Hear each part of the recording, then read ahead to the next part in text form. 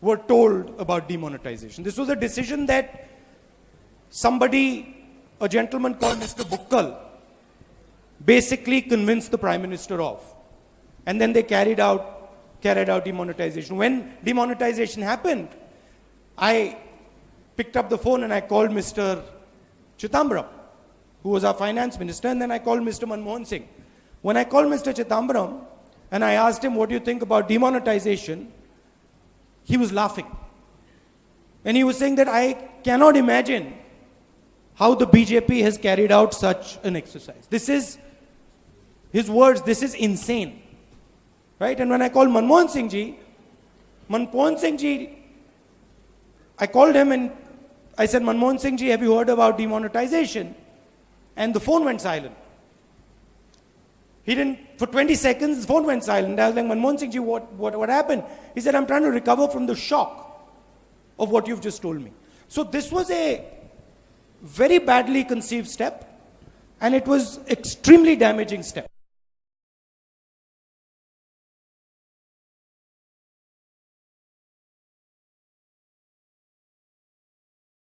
Demonetization was actually a disaster.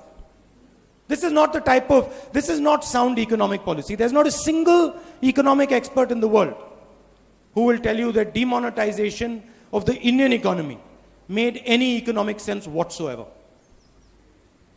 So I would avoid those type of steps. See, my philosophy, and in fact our philosophy in the Congress party, is that on a country the size of India, don't do experiments. Right? Use ideas that are tested, test the ideas, test them in a small scale, and then roll them out at a large scale. It's extremely dangerous for one person to try and do experimentation with the Indian economy. This is not the way a modern economy should be run. What do you think of demonetization?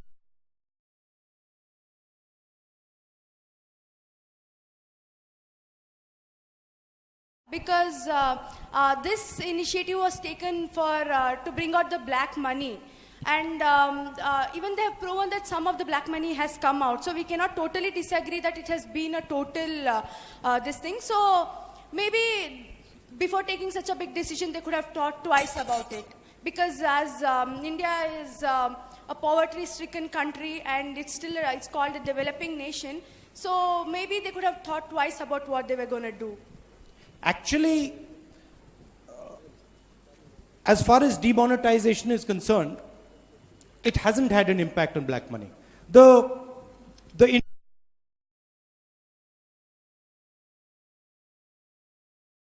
lakh crores of black money would not come back, right? Yeah. And actually what they found was that all the black money in the system came back. So actually what demonetization did was it allowed every single person who had black money to convert his black money into white money.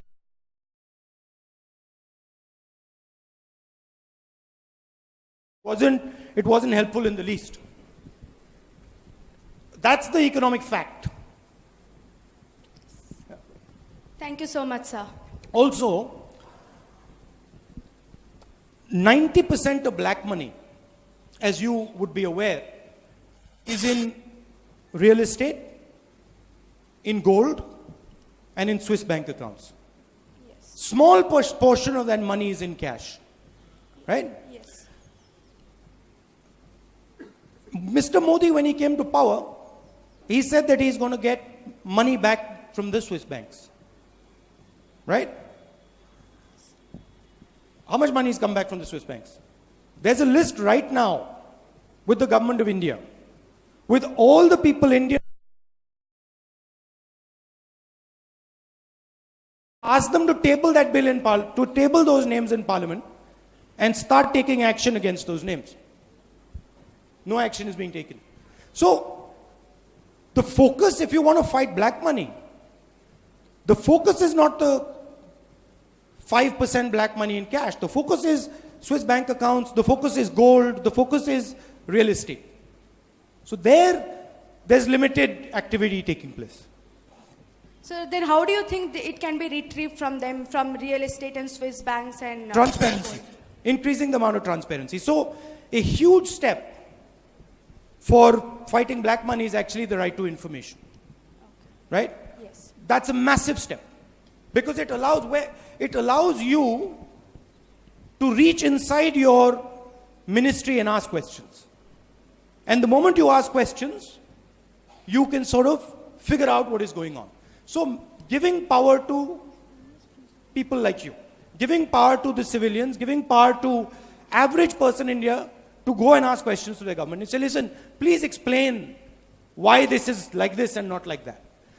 A lot of this activity that you're seeing, Nirav Modi, all these scams, they're coming out because of transparency and because of work done by people like you. So to empower younger kids, to empower people, and to give them the tools to see what their government is doing. That's the way you will affect black money and corruption. Not the centralization of power, but the decentralization of power. Right? And then things like Panchayati Raj, things like RTI, things like Lokpal, which by the way we don't have, the government hasn't even appointed it. So if you're serious about doing that type of stuff, you have to start involving citizens in becoming the people who check. Thank you, sir. Thank you, sir. The next question is from Anusha, second year MBA. Good morning, sir. How are you? Fine, sir. And you? I'm well.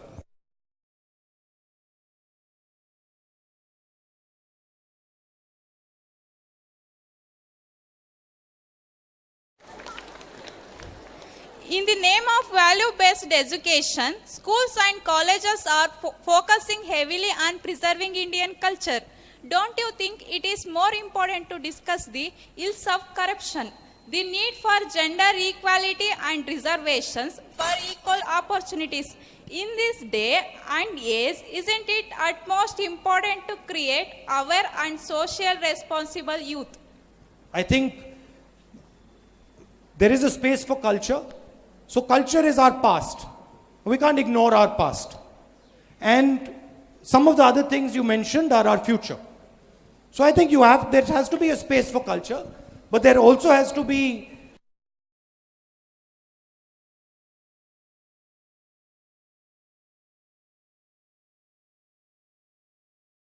women have the same place as men do. I'm quite happy to see here that there are many, many ladies. But normally, you'll find if you look at political meetings, or even if you look at government meetings, you'll find many more men than women. So equalization of society, taking care of some of the issues from our past, like the caste system, discrimination, particular attitudes towards women, violence towards women. So I think you have to focus on all these things. I don't think you can say, let's not focus at all on our culture and let's focus only on these things, or vice versa. I think you got to do a balance. Okay, sir. Thank you, sir. Thank you, Thank sir. you, sir. Next, I call upon Netravati P. One second. See, whenever you look at our culture, any country, in a culture there will be positive things and there will be negative things. So, for example, if you look at our culture,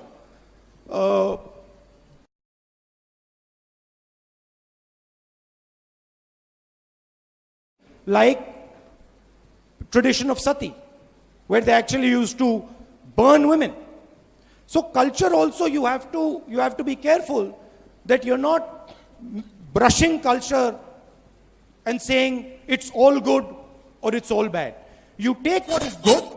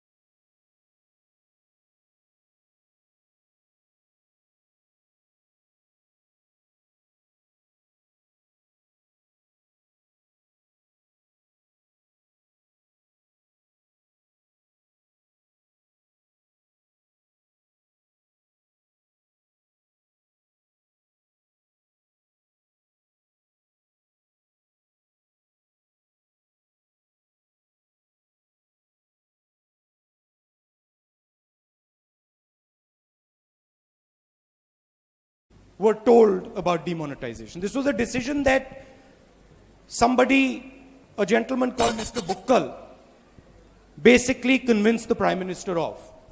And then they carried out demonetization. When demonetization happened, I picked up the phone and I called Mr. Chidambaram, who was our finance minister, and then I called Mr. Manmohan Singh. When I called Mr. Chidambaram and I asked him, what do you think about demonetization? He was laughing. And he was saying that I cannot imagine how the BJP has carried out such an exercise. This is, his words, this is insane. Right? And when I called Manmohan Singh ji, I called him and I said, Manmohan Singh ji, have you heard about demonetization? And the phone went silent. He didn't, for 20 seconds, the phone went silent. I was like, Manmohan Singh ji, what happened? He said, I'm trying to recover from the shock of what you've just told me.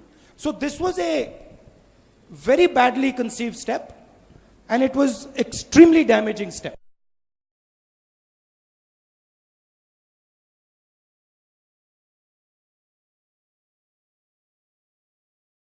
Demonetization was actually a disaster. This is not sound economic policy. There's not a single economic expert in the world who will tell you that demonetization of the Indian economy made any economic sense whatsoever. So I would avoid those type of steps. See, my philosophy, and in fact our philosophy in the Congress party, is that on a country the size of India, don't do experiments. Right?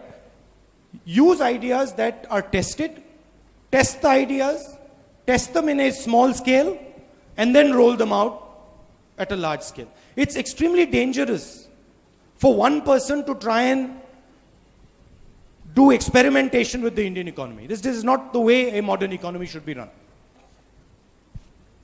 What do you think of demonetization?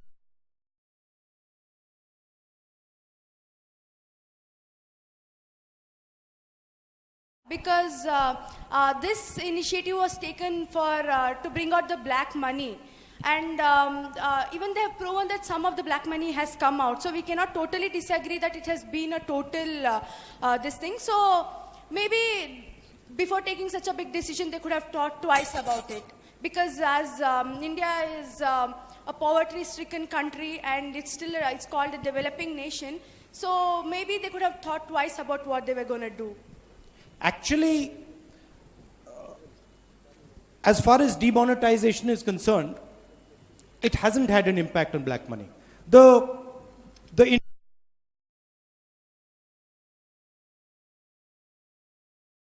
lakh crores of black money would not come back, right? Yeah. And actually what they found was that all the black money in the system came back. So actually what demonetization did was it allowed every single person who had black money to convert his black money into white money.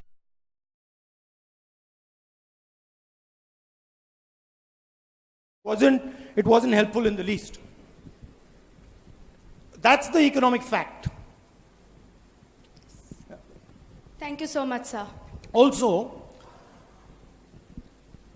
90% of black money, as you would be aware, is in real estate, in gold, and in Swiss bank accounts. Yes. Small portion of that money is in cash. Right? Yes. Mr. Modi, when he came to power, he said that he's going to get money back from the Swiss banks. Right? How much money has come back from the Swiss banks? There's a list right now with the government of India, with all the people India. Ask them to table that bill to table those names in Parliament and start taking action against those names. No action is being taken. So, the focus, if you want to fight black money, the focus is not the 5% black money in cash. The focus is Swiss bank accounts, the focus is gold, the focus is real estate. So there's limited activity taking place. So then how do you think it can be retrieved from them, from real estate and Swiss banks and... Transparency. Increasing the amount of transparency. So a huge step for fighting black money is actually the right to information. Right? Yes. That's a massive step. Because it allows you to reach inside your ministry and ask questions. And the moment you ask questions, you can sort of figure out what is going on. So giving power to people like you, giving power to the civilians, giving power to average person in India to go and ask questions to the government and say, listen, please explain why this is like this and not like that. A lot of this activity that you're seeing, Nirav Modi, all these scams, they're coming out because of transparency and because of work done by people like you. So to empower younger kids, to empower people, and to give them the tools to see what their government is doing. That's the way you will affect black money and corruption. Not the centralization of power, but the decentralization of power. Right? And then things like Panchayati Raj, things like RTI, things like Lokpal, which by the way we don't have, the government hasn't even appointed it. So if you're serious about doing that type of stuff, you have to start involving citizens in becoming the people who check. Thank you, sir. Thank you, sir. The next question is from Anusha, second year MBA.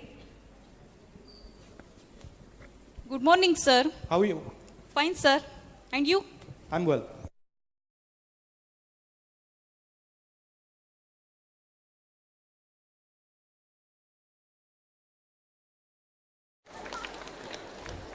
In the name of value-based education, schools and colleges are focusing heavily on preserving Indian culture. Don't you think it is more important to discuss the ills of corruption, the need for gender equality and reservations for equal opportunities? In this day and age, isn't it at most important to create aware and social responsible youth? I think there is a space for culture. So culture is our past. We can't ignore our past. And some of the other things you mentioned are our future. So I think there has to be a space for culture, but there also has to be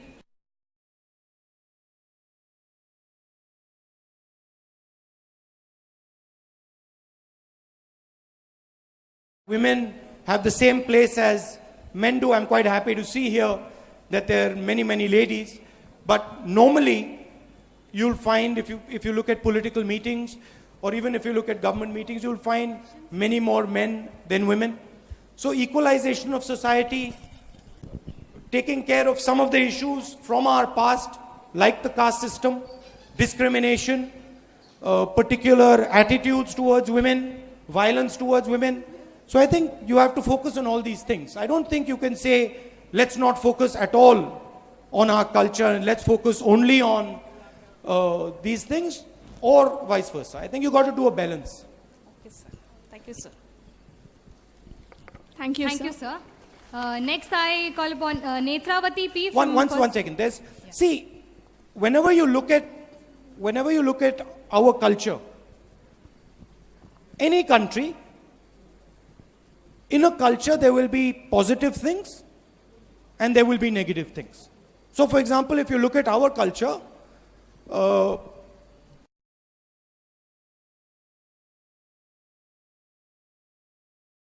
like tradition of sati, where they actually used to burn women.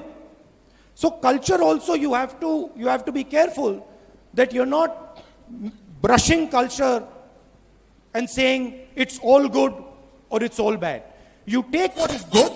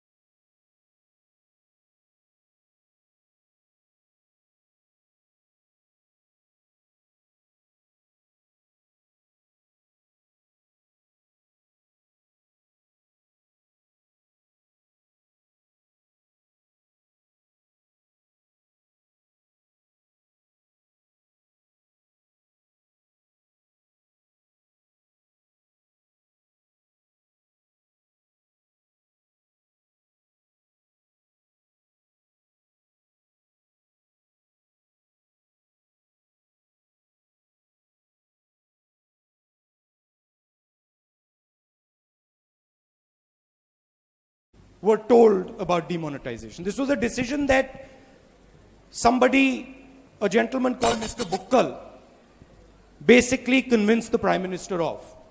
And then they carried out demonetization. When demonetization happened, I picked up the phone and I called Mr. Chidambaram, who was our finance minister, and then I called Mr. Manmohan Singh. When I called Mr. Chidambaram and I asked him, what do you think about demonetization? He was laughing.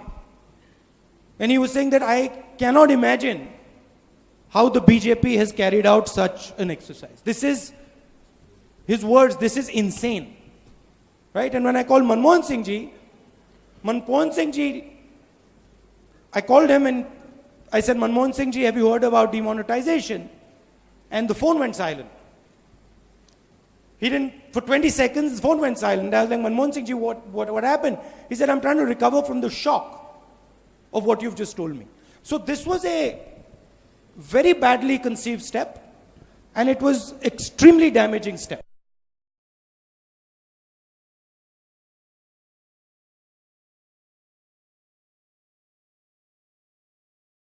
Demonetization was actually a disaster. This is not sound economic policy. There's not a single economic expert in the world who will tell you that demonetization of the Indian economy made any economic sense whatsoever. So I would avoid those type of steps. See, my philosophy, and in fact our philosophy in the Congress party, is that on a country the size of India, don't do experiments. Right? Use ideas that are tested, test the ideas, test them in a small scale, and then roll them out at a large scale. It's extremely dangerous for one person to try and do experimentation with the Indian economy. This is not the way a modern economy should be run. What do you think of demonetization?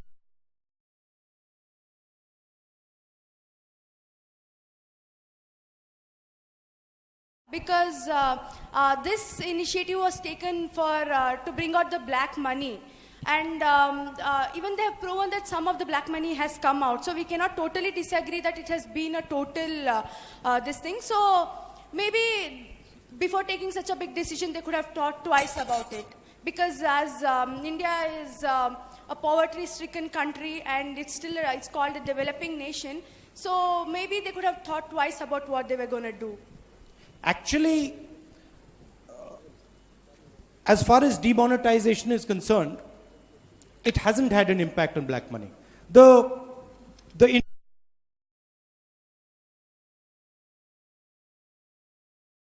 lakh crores of black money would not come back, right? Yeah.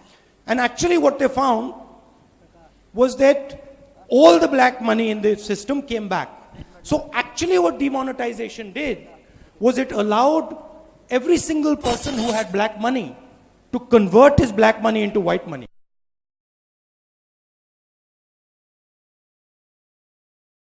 It wasn't helpful in the least. That's the economic fact. Thank you so much, sir. Also, 90% of black money, as you would be aware, is in real estate, in gold, and in Swiss bank accounts. Yes. Small portion of that money is in cash, right? Yes. Mr. Modi, when he came to power, he said that he's going to get money back from the Swiss banks, right? How much money has come back from the Swiss banks? There's a list right now with the government of India, with all the people India. Ask them to table that bill to table those names in Parliament and start taking action against those names. No action is being taken. So, the focus, if you want to fight black money, the focus is not the 5% black money in cash. The focus is Swiss bank accounts, the focus is gold, the focus is real estate. So there's limited activity taking place. So then how do you think it can be retrieved from them, from real estate and Swiss banks and... Transparency. Increasing the amount of transparency. So a huge step for fighting black money is actually the right to information. Right? Yes. That's a massive step. Because it allows you to reach inside your ministry and ask questions. And the moment you ask questions, you can sort of figure out what is going on. So giving power to people like you, giving power to the civilians, giving power to average person in India to go and ask questions to the government and say, listen, please explain why this is like this and not like that. A lot of this activity that you're seeing, Nirav Modi, all these scams, they're coming out because of transparency and because of work done by people like you. So to empower younger kids, to empower people, and to give them the tools to see what their government is doing. That's the way you will affect black money and corruption. Not the centralization of power, but the decentralization of power. Right? And then things like Panchayati Raj, things like RTI, things like Lokpal, which by the way we don't have, the government hasn't even appointed it. So if you're serious about doing that type of stuff, you have to start involving citizens in becoming the people who check. Thank you, sir. Thank you, sir. The next question is from Anusha, second year MBA. Good morning, sir. How are you? Fine, sir. And you? I'm well.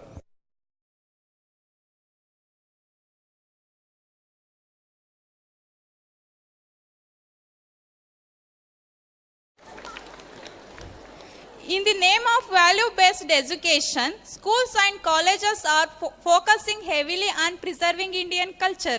Don't you think it is more important to discuss the ills of corruption, the need for gender equality and reservations for equal opportunities? In this day and age, isn't it at most important to create aware and social responsible youth? I think there is a space for culture. So culture is our past. We can't ignore our past. And some of the other things you mentioned are our future.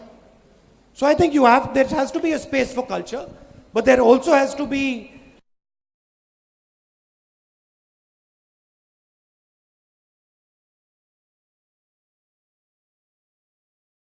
women have the same place as men do. I'm quite happy to see here that there are many, many ladies. But normally, you'll find if you look at political meetings, or even if you look at government meetings, you'll find many more men than women. So equalization of society, taking care of some of the issues from our past, like the caste system, discrimination, particular attitudes towards women, violence towards women. So I think you have to focus on all these things. I don't think you can say, let's not focus at all on our culture and let's focus only on these things, or vice versa. I think you got to do a balance. Okay, sir. Thank you, sir. Thank you, Thank sir. you, sir. Next, I call upon Netravati P. from One first- second. See, whenever you look at our culture, any country, in a culture there will be positive things and there will be negative things. So, for example, if you look at our culture,